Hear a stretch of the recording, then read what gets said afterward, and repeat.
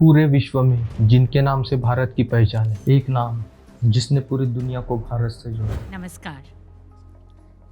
I come from India, the land of Buddha. एक व्यक्ति जिनके संदेश ने विश्व को शांति सिखाई। एक जगह बोध गया जहाँ सिद्धार्थ बुद्ध बने, जहाँ उन्होंने ज्ञान पाया, जिन्होंने दुनिया को करुणा और अहिंसा का संदेश दिया। हमने युद्ध नहीं दिए, हिंदुस्तान ने युद्ध नहीं बुद्ध दिए हैं।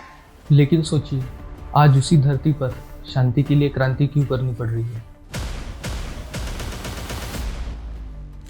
क्या बुद्ध की ये धरती अब केवल एक इतिहास बनकर रह जाएगी, जहाँ से इतिहास ने दुनिया को शांति दिखाई? क्या वही इतिहास अब मिटाया जा रहा है? जी हाँ, हम बात कर रहे हैं भगवान गौतम बुद्ध की। तारीख 28 फरवरी 2025 रात के 1 बजे थे। महाबोधि मंदिर में शांतिपूर्ण अनशन चल रहा था और तभी पुलिस आई और भिक्षुओं को उठा के ले गई। रात के 1 बजे भिक्षुओं को पुलिस घसीटकर जेल लेकर चली गई। जेल में ले जाकर बंद कर दिया। वो बीमार थे, बुजुर्ग थे। पर ऐसा क्यों इस बुद्ध की धरती पर सत्ता की राजनीति का खेल चल रहा है? क्या बीटी 1949 एक्ट बोध गया पर खतरा है? जिस व्यक्ति ने दुनिया को शांति और अहिंसा का पाठ पढ़ाया, क्या उसे अब पहचानने में भी लोग भ्रमित हो गए हैं? भगवान बुद्ध, जिनकी शिक्षाएं 2600 साल से पूरे विश्व में गूंज रही है, लेकिन आज उन्हीं बुद्ध को एक नई पहचान दी जा रही है। ये वो प्रतिमाएं हैं जिनको ये लोग बोलते हैं कि 5 पांडव हैं। जिस इतिहास को सदियों से मिटाने की कोशिश की जा रही है, वो इतिहास जो आपके और सच्चाई के बीच में एक दीवार बन के खड़ा रहा। महाबोधि मंदिर, जहाँ पे बुद्ध को बुद्धत्व प्राप्त हुआ, उसी महाबोधि मंदिर के लिए सदियों से प्रोटेस्ट किए जा रहे हैं और वो आज भी जारी है। कौन थे वो लोग जिनकी वजह से ये पवित्र स्थली के लिए आवाज उठानी पड़ी? बुद्धिस्ट भिक्षुओं को खुद के ही धर्मस्थल से हटाकर दूसरी जगह ले जाया गया। आज मैं आपको उसी छुपे हुए इतिहास की कहानी शुरुआत से इस डॉक्यूमेंट्री में सुनाने वाला हूँ, जो कभी आप तक पहुँचने ही नहीं दिया गया।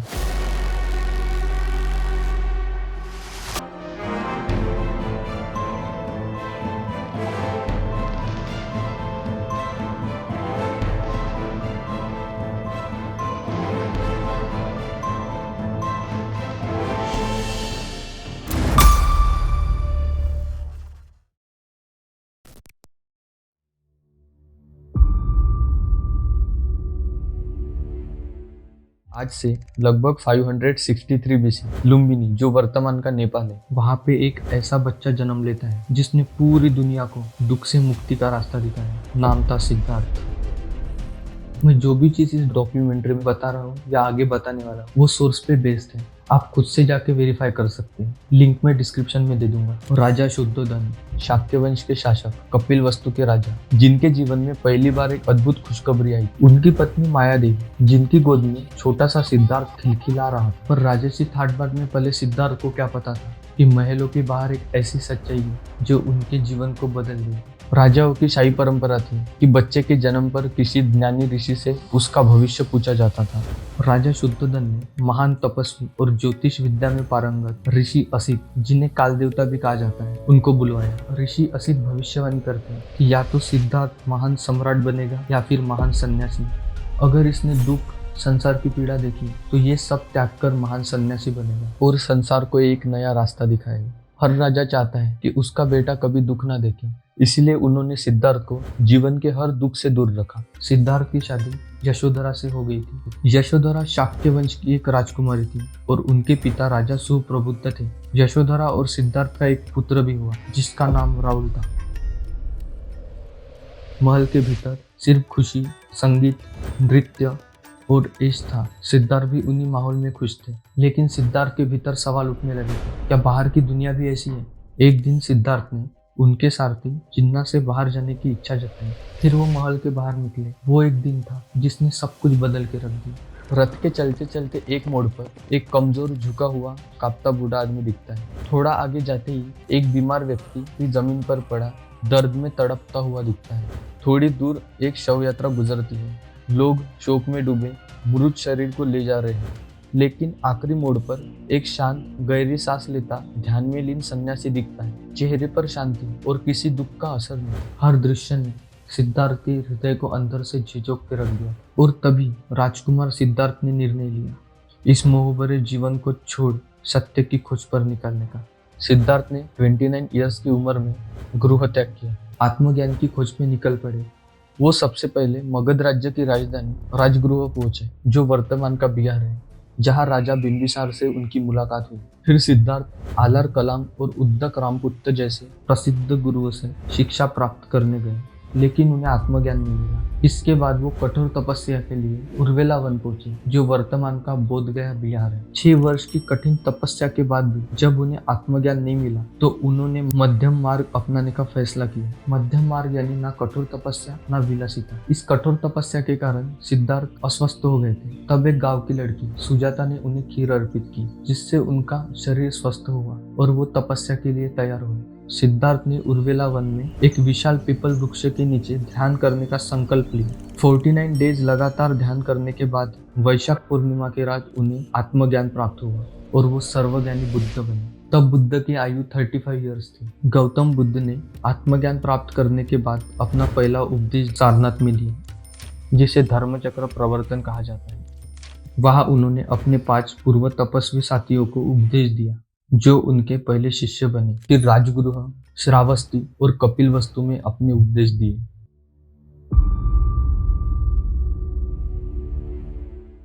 गौतम बुद्ध का महापरिनिर्वाण लगभग 483 बीसी में हुआ था। उनके बाद भारत में कई रूलर्स और राजवंश आए। Shishunaga dynasty, Nanda dynasty. फिर साल 268 से 232 बीसी के बीच में ऐसा सम्राट होता है जिसकी तलवार ने आधी दुनिया को झुका दिया था। जब वो अंदर से टूटने लगे तो उसने पूरी दुनिया को प्रेम और करुणा का रास्ता दिखा दिया। उनका नाम था सम्राट अशोक। सम्राट अशोक का जन्म लगभग 304 बीसी पाटलिपुत्र में हुआ था। अशोक सम्राट चंद्रगुप्त मौर्य के पुत्र और बिंदुसार के पुत्र थे। वो मौर्य डायनेस्टी के तीसरे रूलर थे। उन्होंने लगभग 268 बीसी से 232 बीसी तक शासन किया। उनका साम्राज्य अफगानिस्तान से बांग्लादेश और दक्षिण भारत तक फैला हुआ था, जिसकी राजधानी पाटलिपुत्र थी। अशोका पहले तो एक आक्रामक शासक थे। फिर हुआ इतिहास का एक भयानक युद्ध, कलिंग युद्ध। इस युद्ध की तबाही ने अशोक को अंदर से बदल के रख दिया। जबकि मौर्य साम्राज्य पहले से ही विशाल था, तो फिर कलिंग युद्ध क्यों करना पड़ा? अशोक के शासनकाल में कलिंग ही एक ऐसा स्वतंत्र राज्य था और ये बंगाल के खाड़ी के पास स्थित था, जिससे कि वो समुद्र व्यापार और नौसेना का केंद्र बन चुका था, जहाँ पे कीमती खनिज, जंगल और समुद्री व्यापार मार्ग थे। कलिंग जो है, उन्होंने मौर्य साम्राज्य की सत्ता को नहीं माना था और अशोक इसे मौर्य साम्राज्य में मिलाना चाहते थे। अशोक अपने साम्राज्य को मजबूत करना चाहते थे और पूर्वी तट तक फैलाना चाहते थे, इसीलिए उन्होंने कलिंग को जीतना चाहा। अशोक ने अपने शासनकाल में कई युद्ध लड़े, लेकिन सबसे प्रसिद्ध और निर्णायक युद्ध कलिंग युद्ध था। अशोक के मेजर रॉक एडिक्ट 13 के शिलालेखों के अनुसार कलिंग युद्ध में करीब 1 लाख लोग मारे गए, 1.5 लाख लोग बाहर निकल दिए और बहुत से लोग घायल हुए। ये शिलालेख प्राकृत मगधी भाषा में है और इसे ब्राह्मी लिपि में लिखा गया है। अशोक के शिलालेखों को जेम्स प्रिंसेप ने 1837 में डिकोड किया था। जेम्स प्रिंसेप एक ब्रिटिश मुद्रा शास्त्री और भाषा शास्त्री थे। कलिंग युद्ध में लाखों लोग मारे गए। इस बात का अशोक को गहरा पछतावा हुआ। युद्ध के बाद सम्राट अशोक का झुकाव बौद्ध धर्म के और ज्यादा बढ़ गया। फिर उन्होंने हिंसा छोड़ दी और बौद्ध धर्म को अपनाया। बौद्ध भिक्षु उपगुप्त ने अशोक को बौद्ध धर्म की गहराई से शिक्षा दी। अशोक की पत्नी महारानी देवी और उनके बच्चे महेंद्र और संघमित्रा ये पहले से ही बौद्ध धर्म के अनुयायी थे। बुद्ध के जीवन से जुड़ी जानकारी बुद्ध के ग्रंथ में वर्णित थी, जैसे ललित विस्तारा सूत्र, महापरिनिर्वाण सूत्र, दीघा नित्या, बुद्ध वामसा। बौद्ध भिक्षु उपगुप्त ने अशोक को बुद्ध के जीवन से जुड़े स्थानों के बारे में बताया, जैसे बोध गया। फिर अशोक ने इन स्थानों की खोज की। अशोक ने उनके 10वें शासन वर्ष में बोध गया की यात्रा की, जैसे कि उनके शिलालेखों में उल्लेख है, जहां उन्हें बोधि वृक्ष और बुद्ध के ज्ञान स्थली के बारे में जानकारी मिली। अशोक ने 3री शताब्दी में बुद्ध की ज्ञान स्थली पर मंदिर बनवाया, जिसमें वज्रासन और बोधि वृक्ष शामिल है। वज्रासन यानी डायमंड थ्रोन, ये एक पॉलिश बलुआ पत्थर का थ्रोन था। अशोक ने बोधगया में छोटे छोटे स्तूप और विहार भी बनवाए। अशोक ने यहाँ पर एक स्तंभ भी स्थापित किया, जो मौर्य काल के पॉलिश के साथ था। मौर्य काल के एडवांस आर्किटेक्चर का यूज किया गया। पत्थरों को तराश कर और पॉलिश करके स्ट्रक्चर बनाए गए। 11वीं से 12वीं शताब्दी के बीच अशोक सम्राट ने बुद्ध के अवशेष निकालने के लिए एक खास अभियान चलाया। जब गौतम बुद्ध अपनी अंतिम यात्रा पर राजगृह, वैशाली और पावा होते हुए कुशीनगर की ओर बढ़ रहे थे, लगभग 483 बीसी में कुशीनगर में ही उन्होंने महापरिनिर्वाण प्राप्त किया। उनके अंतिम संस्कार के बाद उनकी अस्थियों को 8 राज्यों में बांटा गया, जैसे राजगृह, वैशाली, कपिलवस्तु, अलकप्पा, रामग्राम, पावा, कुशीनगर और वेठद्वीप। ये वो 8 किंगडम थे जिन्होंने अपने कैपिटल सिटी में इन रेलिक्स के ऊपर स्तूपा बनवाए। उनमें से एक मेजर स्तूपा है मध्य प्रदेश का सांची स्तूपा। अशोका ने इन 7 कैस्केट को निकालकर 84 कैस्केट में बांट दिया, लेकिन वो एक कैस्केट को निकाल नहीं पाए। वो कैस्केट थी रामग्राम स्तूपा की। कुछ इतिहासकारों का मानना है कि रामग्राम के आसपास कोलिया डायनेस्टी या स्थानीय समुदाय था जो नाग परंपराओं से प्रभावित था। शायद उन्होंने स्तूपा की रक्षा की और इन कैस्केट्स को अशोका ने 84,000 स्तूपों में वितरित किया, जिससे कि भारत के बाहर भी बुद्धिज्म स्प्रेड हो। अशोका ने अपने जीवन काल में 84,000 स्तूपा और विहार बनवाए और शिलालेखों के माध्यम से धम्म और अहिंसा का प्रचार प्रसार किया। बुद्ध संघ एकता बनाए रखने के लिए तीसरी बुद्ध संगति पाटलिपुत्र में आयोजित की। अशोक के लड़के महेंद्र ने श्रीलंका में बौद्ध धर्म का प्रचार किया और वहां पे विहार और स्तूपा बनवाए। अशोक की लड़की संघमित्रा ने बोध गया से बोध वृक्ष की शाखा श्रीलंका ले गई, जो आज भी अनुराधापुरम में मौजूद है। संघमित्रा ने श्रीलंका में बौद्ध भिक्षुनी संघ स्थापित किया।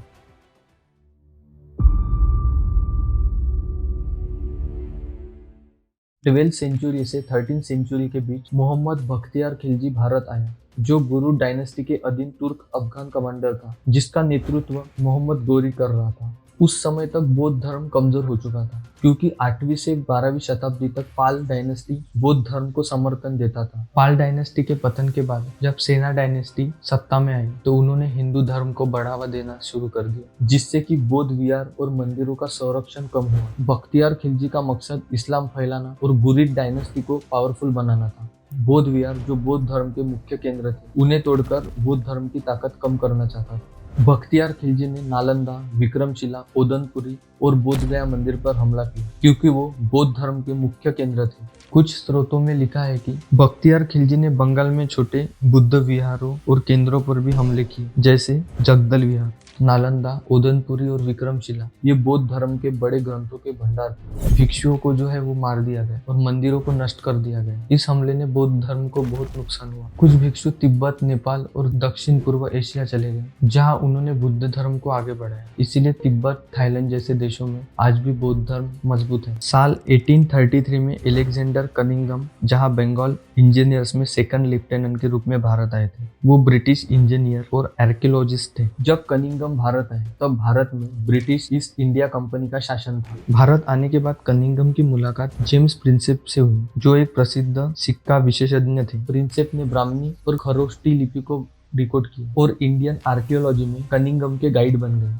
साल 1837 से 1838 में प्रिंसिप के साथ हुए कन्वर्सेशन में कनिंघम को भारतीय प्राचीन वस्तुओं, सिक्कों और शिलालेखों में इंटरेस्ट लेने के लिए इंस्पायर किया। इस कारण उन्होंने पुराने ग्रंथ, यात्रियों की रिपोर्ट खोजना स्टार्ट कर दी और उन्हें ट्रांसलेट करवाया। इस दौरान उन्हें हेनसोंग की CU की रिकॉर्ड ऑफ वेस्टर्न कंट्रीज किताब मिली। हेनसोंग 7वीं शताब्दी के चीनी बौद्ध भिक्षु और यात्री थे। इस किताब में उन्होंने बोध गया को बुद्ध के आत्मज्ञान की स्थल के रूप में बताया और बोधि वृक्ष, वज्रासन और महाबोधि मंदिर के बारे में लिखा। इसके अलावा फाहियान, जो 5वीं शताब्दी के चीनी भिक्षु थे, साल 399 से 412 AD में वो भारत आए। उन्होंने बोध गया, सारनाथ, पाटलिपुत्र और मथुरा जैसे बौद्ध स्थलों की यात्रा की और अपनी किताब रिकॉर्ड ऑफ बुद्धिस्टिक किंगडम्स में भारत की संस्कृति और बुद्ध स्थलों का वर्णन किया।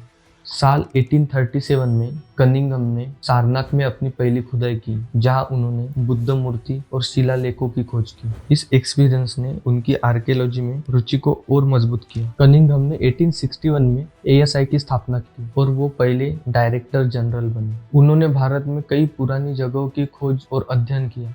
इस कारण उन्हें फादर ऑफ इंडियन आर्कियोलॉजी कहा जाता है। साल 1861 में कनिंघम ने महाबोधि मंदिर का आर्कियोलॉजिकल एक्सप्लोरेशन एंड आइडेंटिफिकेशन किया। तब महाबोधि मंदिर जीर्ण हालत में था। 1861 में जब अपने सर्वे के दौरान कनिंघम ने बोधि वृक्ष की पहचान की, जो तब भी मंदिर परिसर में मौजूद था। एलेक्जेंडर कनिंघम ने 1880 से लेकर 1881 में अपनी खुदाई के दौरान वज्रासन की खोज की। वज्रासन ये एक पॉलिश किया हुआ बलुआ पत्थर का चबूतरा है जिसे सम्राट अशोक ने 250 से 232 बीसी में बुद्ध की जो ज्ञान स्थली है उसे चिन्हित करने के लिए स्थापित किया गया था। उन्हें वहां से बुद्ध मूर्तियां, शिलालेख और अशोक काल के पत्थर की रेलिंग और छोटे स्तूपों के अवशेष भी मिले। 1880 में एलेक्जेंडर कनिंघम और जेडी बेगलर ने महाबोधि मंदिर का सर्वे और रिस्टोरेशन शुरू किया। जेडी बेगलर आर्कियोलॉजिस्ट और सहयोगी थे। इस समय महाबोधि मंदिर में हिंदू महंतों का नियंत्रण था जो इसे हिंदू पूजा के लिए इस्तेमाल कर रहे थे, क्योंकि पाल डायनेस्टी खत्म होने के बाद और सेना डायनेस्टी आने के बाद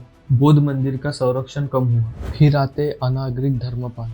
श्रीलंका के एक बुद्धिस्ट रिवाइवलिस्ट एंड राइटर थे। उनका रियल नाम डॉन डेविड हेवा वितारने था। उनका जन्म 7 सितंबर 1864 में कोलंबो, श्रीलंका में हुआ था। धर्मपाल को महाबोधि मंदिर के बारे में 1885 में एडविन आर्नोल्ड के लेख से पता चला। एडविन आर्नोल्ड एक ब्रिटिश पत्रकार थे, द लाइट ऑफ एशिया के लेखक। आर्नोल्ड ने 1885 में बोध गया का दौरा किया था और डेली टेलीग्राफी में एक लेख पब्लिश किया जिसमें उन्होंने लिखा कि महाबोधि मंदिर जीर्ण स्थिति में है और यहाँ पे हिंदू महंतों का नियंत्रण है। महाबोधि मंदिर बौद्धों के लिए पवित्र है और इसे बुद्धिस्टों को सौंपा जाना चाहिए। आर्नोल्ड के लेख से प्रभावित होकर धर्मपाल 1886 में बोध गया है। धर्मपाल ने महाबोधि मंदिर को बुद्धिस्ट कंट्रोल में लाने के लिए 1891 में अपने गुरु सुमंगल थेरो और श्रीलंकाई बौद्ध नेताओं के साथ कोलंबो में महाबोधि सोसाइटी की स्थापना की। इसका पहला उद्देश्य ये था कि महाबोधि मंदिर को मुक्त कराकर उसे फिर से एक बौद्ध स्थल बनाना। धर्मपाल ने हेनसॉन्ग, फाहियान और कनिंघम की 1861 की आर्कियोलॉजिकल डिस्कवरीज रिपोर्ट को स्टडी किया। इससे उन्हें महाबोधि मंदिर के इतिहास का पक्का प्रमाण मिला। 1893 में धर्मपाल ने महाबोधि मंदिर में एक जापानी बुद्ध मूर्ति स्थापित करने की कोशिश की, पर यह कोशिश असफल रही क्योंकि ब्रिटिश सरकार ने हिंदू महंतों का समर्थन किया। इसके बाद 1894 में उन्होंने कलकत्ता हाईकोर्ट में कानूनी प्रोटेस्ट दायर किया। यह प्रोटेस्ट शांतिपूर्ण और कानूनी था ताकि महाबोधि मंदिर को बौद्ध तीर्थ स्थल की तरह मान्यता मिले। साल 1933 में धर्मपाल की मृत्यु हो गई। उनके मृत्यु के बाद भी उन्होंने शुरू की हुई लड़ाई जारी रही। फिर साल 1949 यानी संविधान लागू होने से पहले एक एक्ट बनाया गया, बीटी एक्ट 1949। इस कानून के तहत बीटी 1949 एक्ट में कमेटी बनाई गई, बोध गया टेम्पल मैनेजमेंट कमेटी। बोध गया टेम्पल मैनेजमेंट कमेटी में कुल 9 सदस्य होते हैं, 4 हिंदू, 4 बौद्ध और गया जिले का मैजिस्ट्रेट होता है। अगर जिला मैजिस्ट्रेट गैर हिंदू है तो राज्य सरकार एक हिंदू अध्यक्ष को नियुक्त करती है। बीटी एक्ट 1949 को 1948 में बिहार के मुख्यमंत्री श्री कृष्ण सिन्हा की सरकार ने डॉक्टर राजेंद्र प्रसाद की समिति की सिफारिश पर बीटी एक्ट का एक ड्राफ्ट तैयार किया गया। ये 19 जून 1949 को बिहार विधानसभा द्वारा पारित किया गया।